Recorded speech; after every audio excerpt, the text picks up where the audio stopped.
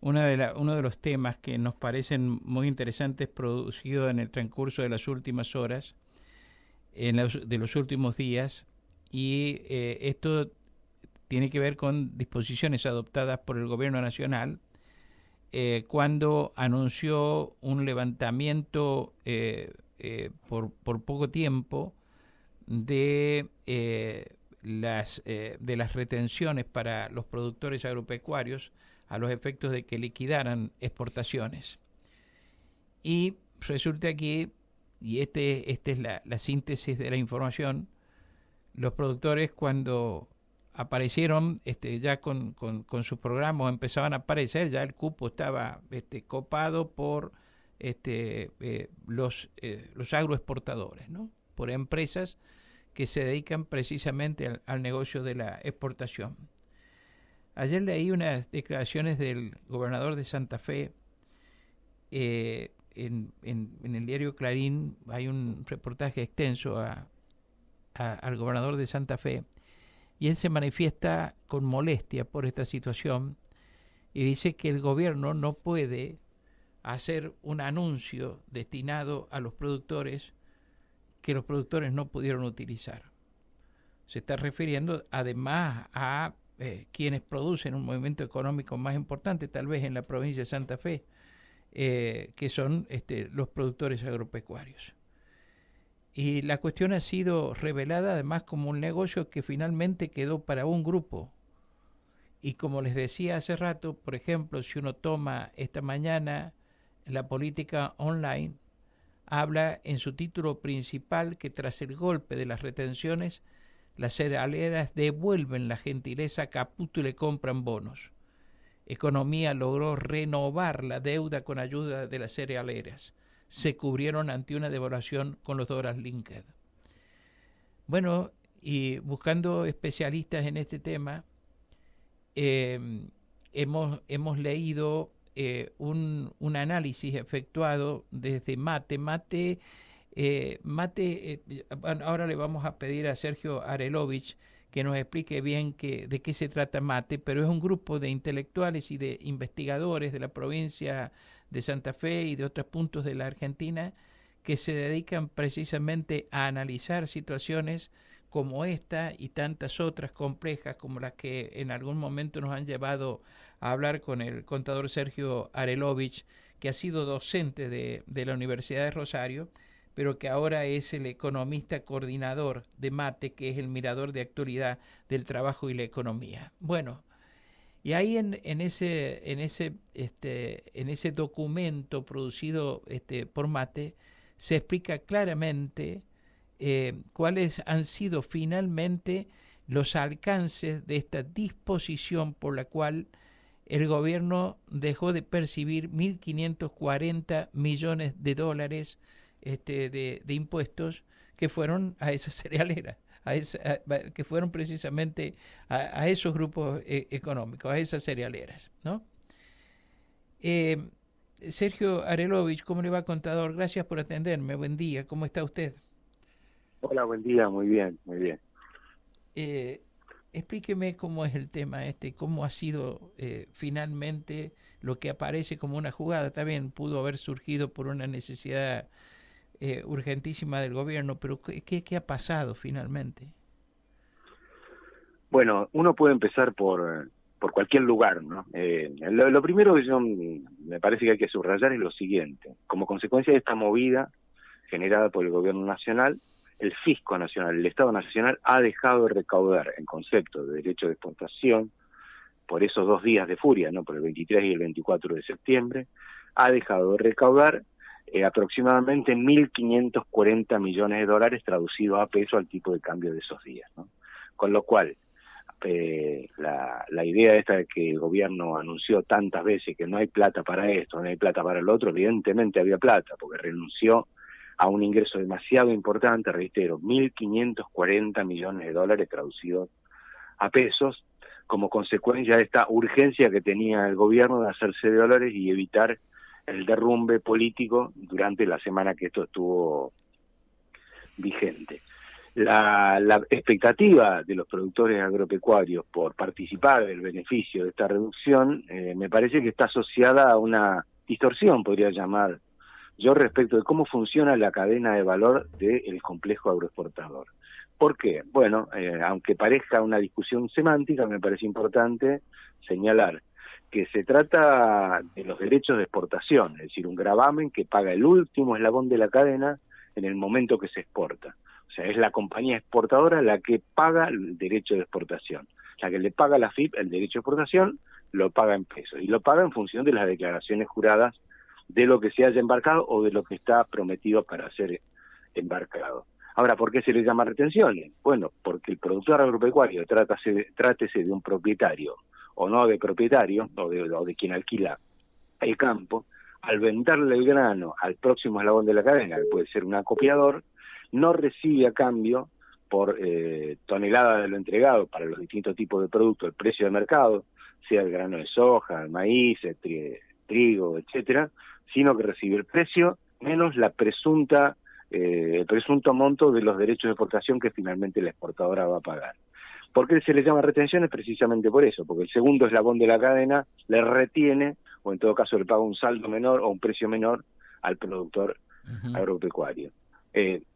Yo digo que era casi inevitable que el resultado fuese el que efectivamente ha sido. ¿Por qué? Bueno, porque así funciona esta cadena de valor.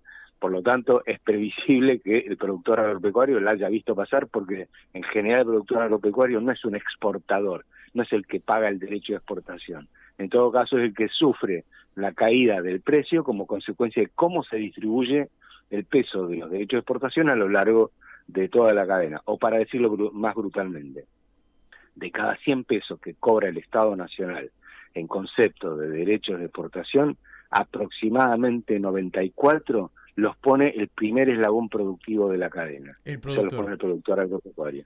Entonces 5 o 6 pesos lo pone el último eslabón, y este último eslabón es el sector exportador.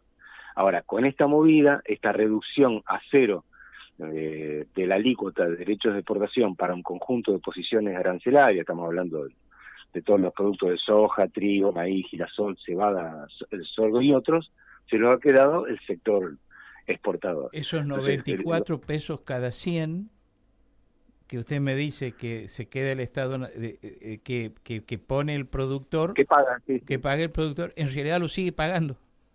Porque porque se lo quedó, no el Estado, sino que se lo quedó el exportador.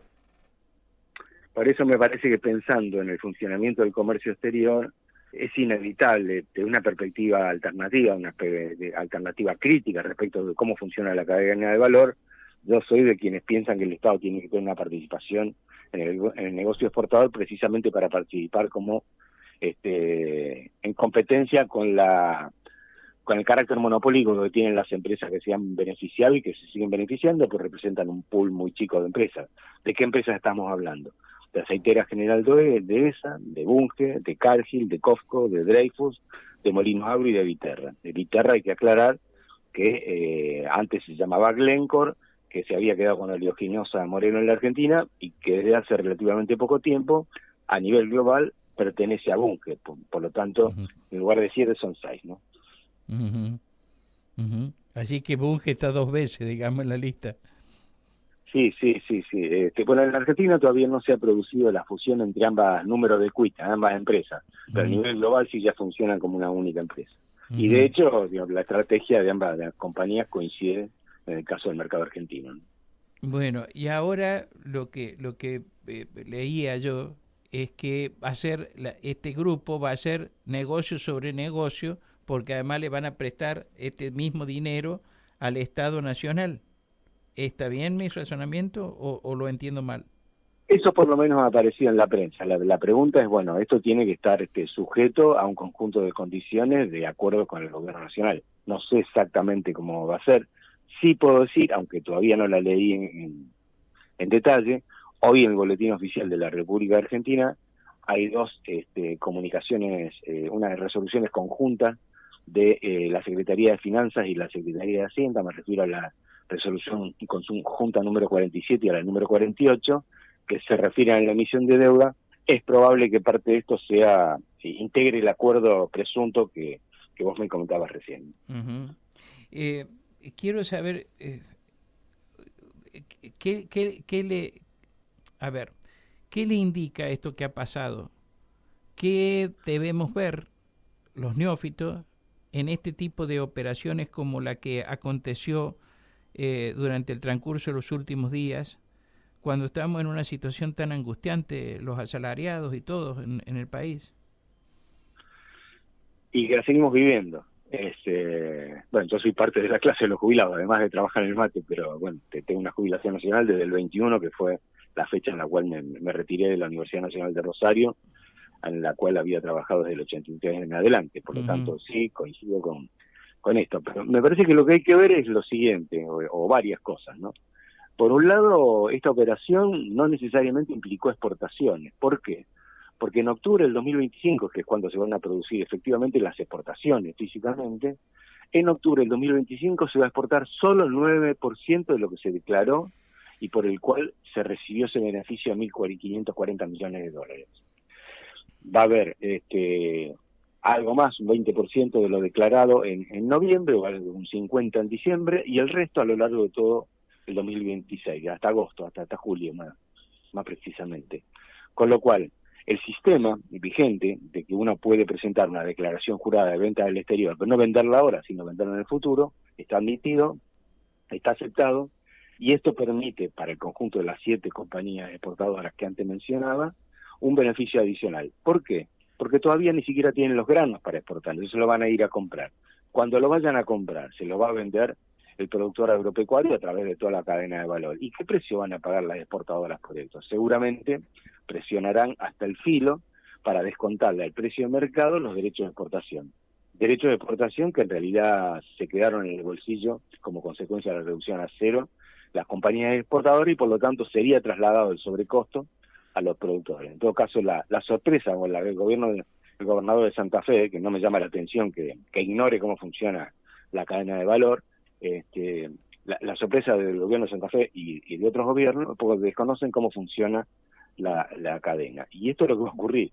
Los productores agropecuarios, ante la necesidad de vender, van a vender al precio que fije la decisión final de las agroexportadoras en el momento que se necesiten, ¿no? Uh-huh.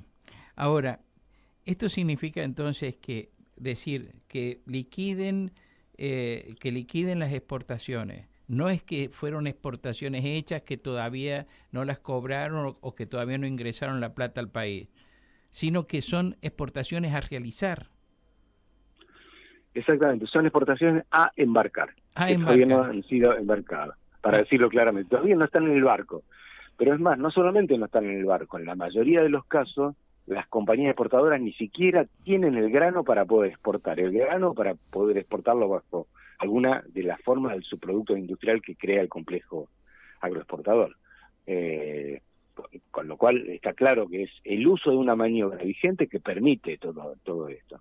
Y además, si uno pega una mirada retrospectiva solamente para el año 2025, ¿qué se va a encontrar? Bueno, pues el gobierno nacional había tomado otro conjunto de medidas, no tan brutales como esta, de reducción a cero de las alícuotas de un conjunto de posiciones arancelarias de exportación, sino que había reducido en 2 oportunidades las alícuotas de estas posiciones arancelarias. Por lo tanto, ya a esta altura del año y desde el 1 de enero hasta el 26 de septiembre, hasta el 29, hasta el día de hoy, uno podría decir que los 1.540 millones de dólares no son solo una parte del ahorro del beneficio que han obtenido las agroexportadoras. Porque el total de contratos desde el 1 de enero hasta el 29 de septiembre, lo que va de 2025, implicaron una reducción de la recaudación del Estado Nacional de 3.549 millones de dólares. 3.549 millones de dólares. Mire, el sábado yo escuchaba a un financista de aquí, un especialista que es docente e investigador en la Universidad Nacional de San Luis y que hace tareas de extensión, además, sobre sus conocimientos de finanzas. Lo escuchaba en unas declaraciones que efectuaba y él decía algo que dijo usted recién. El gobierno dice no tener, pero tiene, y por eso hizo esta operación de los otros días. ¿por qué eligió esta operación y no, por ejemplo, rebajarnos, aunque fuera temporariamente, el IVA durante un tiempo a los consumidores, si la plata la tenía? ¿Estaba bien ese razonamiento?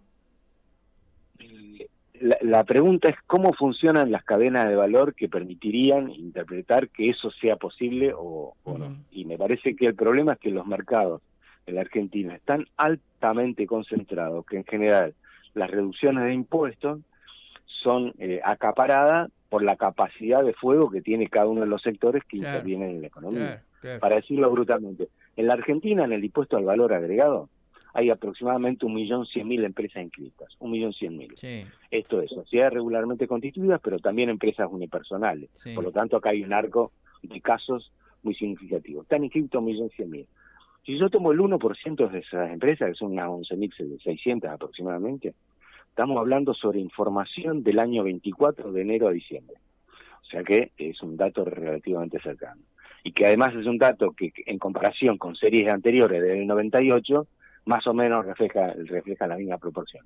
Entonces la pregunta es, bueno, si tomo solo el 1% de las empresas, las de mayor facturación, ¿qué ventas representa este universo de 1%? Bueno, representa aproximadamente el 65% de las ventas, para decirlo brutalmente. Por cada 100 pesos declarados de venta en todo el año 2024 por el 1.100.000 empresas que pertenecen al valor agregado, al impuesto al valor agregado, el 1% de ellas explica el 65% de las ventas. Y si yo divido los mercados, y digo mercado interno, mercado externo, este 1%, ¿cuánto de las exportaciones expresan? Bueno, expresan o representan el 95%. En otras palabras, el 1% de la Argentina, de las empresas de mayor facturación en la Argentina que se dedican al comercio exterior, explican el 95%. Con lo cual, cada medida que uno quiera tomar o pueda tomar o sugiera tomar o quiera analizar el gobierno nacional respecto de los derechos de exportación, no puede no considerar, es una falta grave, no considerar cómo está concentrado el mercado y quién domina el comercio exterior. Y este comercio exterior está manejado por el 1% de las empresas, ¿no? Y a su vez dentro del 1%, que yo hablaba del 11.000, hay a su vez muy grandes y medianas grandes. Sí, yo mencionaba las 7, pero además de las 7 hay muchas más. Pero las 7 de estas son monopolios casi naturales a esta altura porque hace muchos años que existen y nadie ha movido el amperímetro para que esto sea modificado de alguna manera. En todo caso existe todavía la idea de la frustración de la ausencia de una política seria que haya tenido, que hubiera tomado el gobierno nacional durante la presidencia de Alberto Fernández respecto a Vicentín. Ahora, Vicentín, qué caso. Ahora, disculpe la pregunta y disculpe si es una cosa tan básica la que le estoy diciendo.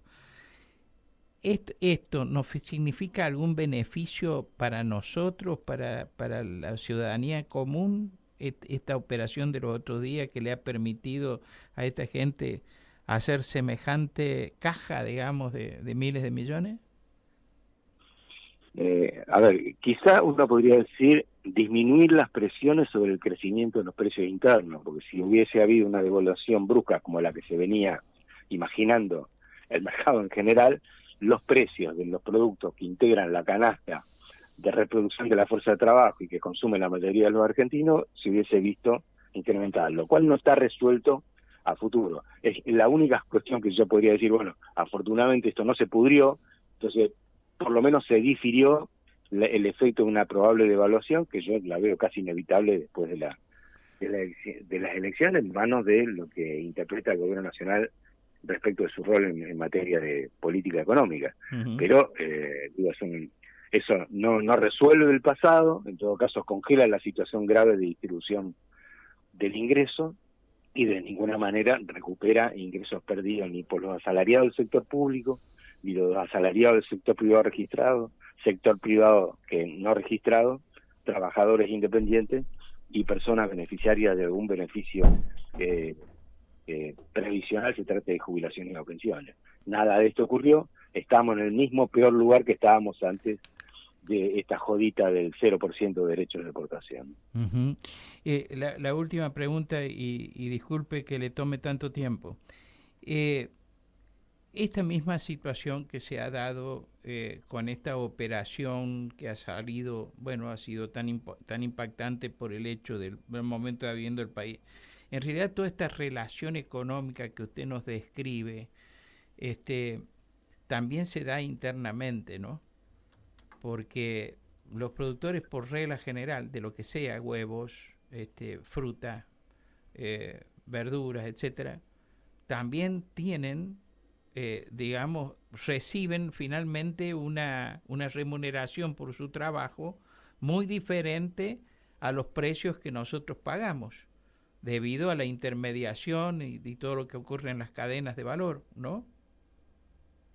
Sí, bueno, de esto nosotros tenemos varias, no me refiero a mate, solamente en la Argentina, digamos, tenemos un conjunto de antecedentes interesantes respecto de lo que pasa con la construcción de los precios. Hay algunos debates en el camino, hay un proceso creciente de concentración económica tal como yo había mencionado, de grupos muy reducidos de empresas dominan mercados internos y por lo tanto esto no solamente fijan los precios del consumidor, sino que fijan los precios de intercambio adentro de cada cadena, y que en algunos casos hacen insostenible el funcionamiento de empresas pequeñas y medianas como consecuencia de las condiciones lesivas que firman, que construyen las empresas de gran poder de fijación de condiciones, ¿no? Entonces, mientras no haya una política deliberada desde el punto de vista nacional de intervenir en esto, vamos a estar exactamente igual, con lo cual también me permito agregar algo.